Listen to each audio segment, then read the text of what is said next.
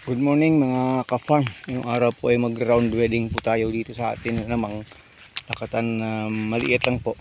Kasi po kita naman ninyo, maraming talagang mga damo-damo. Kailangan na po talagang mag-round wedding na malapit sa puno ito kahit malayo, okay pa yan. Pero bago po natin pag-usapan yan, kung bago ka pa lang sa channel ko, paki-like naman po, comment, share, and subscribe. At huwag kalimutang i-hit ang ating button bell para ma-notify po kayo sa ating mga bagong upload. Pero kung makakaya natin kukunin yan. Kasi po medyo kumakapal na talaga yung damo. Kasi umulan po kagabi ng malakas, kaya mas magandang mabawasan na naman ito sa paligid ng ating mga lakatan na mga tanim dito para po magiging maganda po yung absorption niya ng mga elements sa lupa at saka yung aeration po. Mahirap pag marami na talagang malapit sa puno na mga damo-damo, hindi po maging maganda sa kanila. Kaya nag-aagawan na yan sa mga nutrients na sa lupa, kaya dapat lang po talagang makuha na yan mga ka-agree. Yan po, malapit na talaga sila yan. Kaya ito babawasan rin natin ito, hindi tatlo lumabas. Kukunin rin natin dalawa yan at matatransplant pagdating po ng hapon. Tingnan natin mamayang hapon.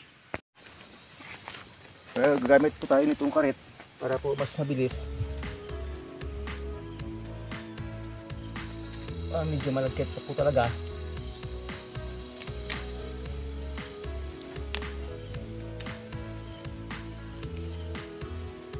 Kunting ano lang tawag yun, kunting ingat lang kasi maano ito matalas itong karet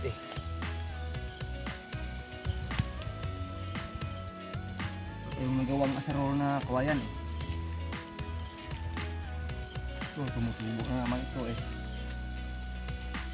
dati na itong nakuha para na mamatay at saka magiging abono dito. Tumubo yung iba kasi magiging abono na rin yan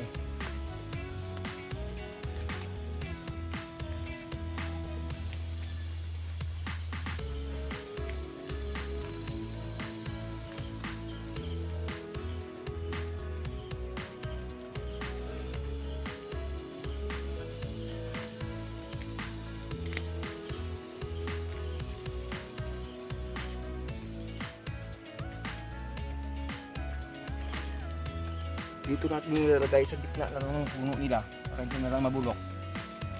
Magiging organic fertilizer din yan pag nabulok.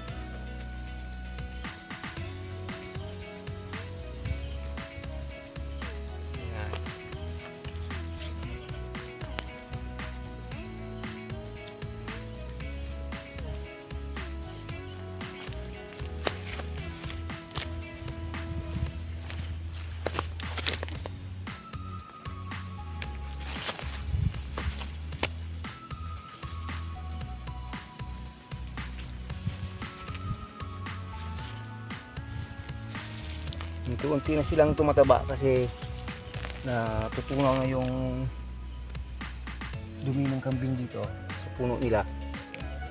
Kaya unti-unti nang gumaganda yan dahil medyo balance na yung ulan ngayon.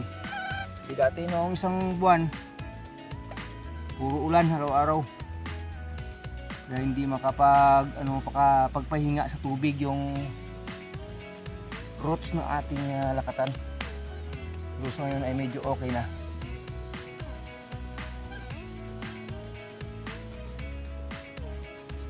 Yan po, round wedding yung muna.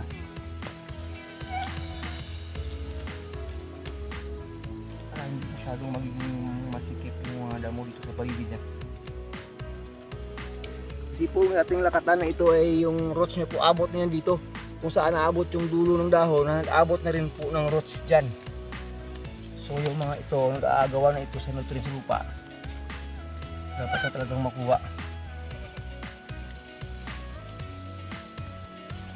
Yan po yung ginagawa natin dito. Ayan.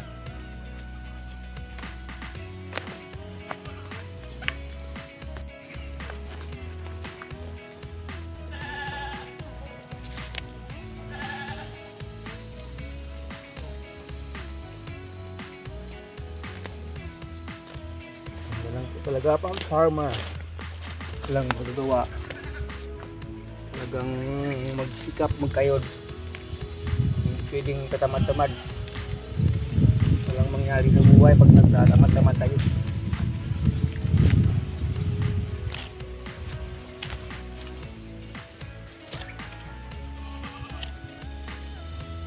Ito po yung pangkaraniwang round wedding na ginagawa natin sa paligid ng ating tanim na lakatan. Kung may malaking kapital po sana tayo ay gagamit na tayo ng labor force, tao. Kaso wala po tayong pangsweldo. Kaya inuunti-unti na lang natin ito, mano-mano. Imbis na pangsweldo natin, wala. Ano na lang, ito na lang. Bilhin na lang natin ng snack. Tinapay.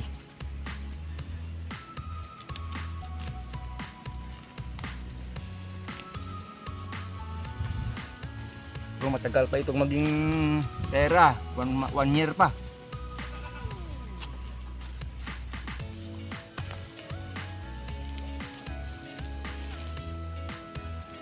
Yun.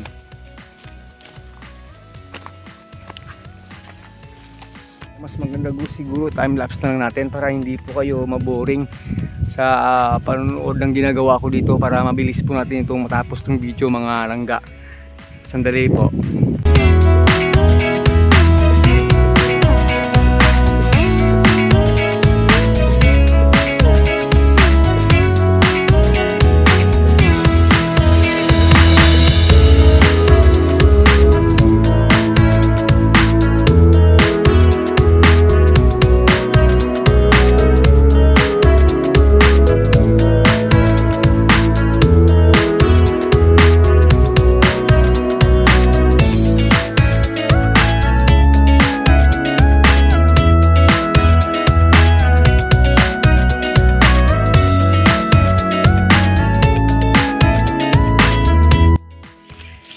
Gamit na rin tayo siguro ng pala kasi nga po medyo dry na ng konti. Dami pong damo dito. Pero yung kaninang ginamitan natin ng karet, medyo okay na. Pero dami pa natin kuhain hanggang dun po sa dulo yan. So yun mga ka-agree, try natin gumamit ng pala para mas mabilis.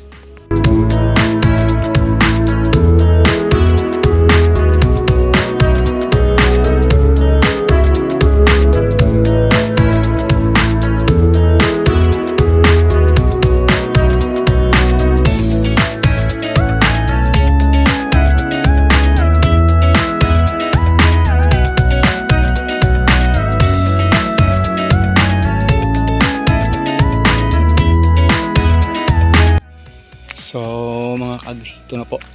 Pagkatapos ay natin mag ground wedding dito, at least medyo okay na yung nasa palibot ng mga puno ng ating 2 months old na lakatan. Bakit ba napaka-importante ng ground wedding? Para po hindi masyadong maging masikip yung mga damo sa puno ng ating lakatan na nasipag-agawan po sa mga elemento dyan, at mapanatili nating malinis para po hindi po talaga pasukin ng maraming insekto or fungus o bakterya, at saka mabilis pong masinagan ng araw sa ilalim para po mapuksa na rin yung mga fungus at bakterya na pwedeng pumunta dyan gamit po yung sinag ng araw mga ka-agree. Again po, may nagtanong po kasi bakit daw pinutol natin yung corm. Yung puno, yung sucker ng bago nating itanim yan dito. Mayroon po tayo ditong punong replanted po dahil may tama ng banshee top dito yan banda. Pero naglagay tayo ng mga 1 foot na distansya dyan sa bagong tinaniman. Maliit pa naman yan dito yung bagong tubo. Siguro hindi pa naman abot dyan yung tama ng bakterya, ng virus pala. Kasi virus po yung banshee top. Yan po. Maaga nating na-pull out yan. Yan po itsura. So sagutin lang natin yung tanong, bakit ba pinutol natin yung yung sucker. Again po, para po na pag tumubo po sila, halos uniform po sila. Ganyan po itsura, halos uniform po sila. pag natubo kasi nagkatayo ng corm. Isang bagay pa po, sabay-sabay halos silang tumubo, uniform yung height nila at hindi po magkalayo ang agwat nilang magkabunga. Yun po, isang reason po, mas mabilis po kasing tumubo pag na-cut. Pakita natin dito sa ilalim mamaya kung bakit nag-cut tayo pag may bagong tanim din sa ilalim. Mas mabilis po tumubo kasi imbis na mahaba pang puno ng stalk na labasan ng kanyang bagong usbong, lalabas na lang kaagad direkta kasi nga po naputol siya sa ilalim. Yun po yung experience namin, mabilis po talagang tumubo, mabilis pong lumago at mabilis pong makalabas yung mga dahon. Kaya syempre mas mabilis yung magkabunga. Yun yung explanation natin. Pakita natin dito sa ilalim kasi nagtanim tayo dito 3 days 4 days ago. Pinuputol po talaga. Ito po 2 days 2 days ago tinanim. Kaya lumabas na po usbong kaagad siya. Mabilis po siyang umusbong pag naputol kasi nga wala na siyang dadaanan pang mahabang puno, kaya mabilis pong lalabas yung stalk na yung bagong usbong na natubo. Yan po, mabilis po yan. Yan po, after 1 week po medyo magkadahon na yan, pero pag mataas, let's say po hanggang baywang, hanggang lieg yung taas ng tinatanim natin, abutin po kasi ng 1 month pa bago lalabas yung bagong usbong na dahon. Kaya malaking agwat po yung 1 month at hindi po magsasabay-sabay na tutubo yung ating mga saging. So yan po, ang liit lang ng diferensya nila, pero sasabay-sabay silang uusbong talaga. Yan po. So yan yung beauty na pinuputol natin, yung sucker at saka tatanim. Medyo masakit na po yung tama ng sikat ng araw, hindi kaya ng powers natin, saka ahon lang natin sa trangkaso. Kaya sabi ko ito 2 oras ubos na yan kaso medyo malagkit talaga yung lupa. Kung maganda yung moisture, hindi masyadong malagkit at medyo makapal yung ulap, siguro kaya natin ubusin yan, mag ground wedding within 2 hours. Pero dahil ngayon hindi talaga dumaan yung mga clouds, kaya rest natin, baka mamayang hapon pwede natin balikan yan mga langga. So maraming salamat po. Yun po yung ating mga nagawang work ngayong araw. Na ground wedding po tayo. Bakit importante mag ground wedding? At tinanong po natin yung isang na namang dating tanong, bakit daw nagkatayo ng corm, nagkatayo ng sucker mula sa corm. So maraming salamat. This is your friend Agritech Mix TV po. Bye bye na. God bless you all. Mabuhay ka magsasakang Pilipino. 2 months old na po.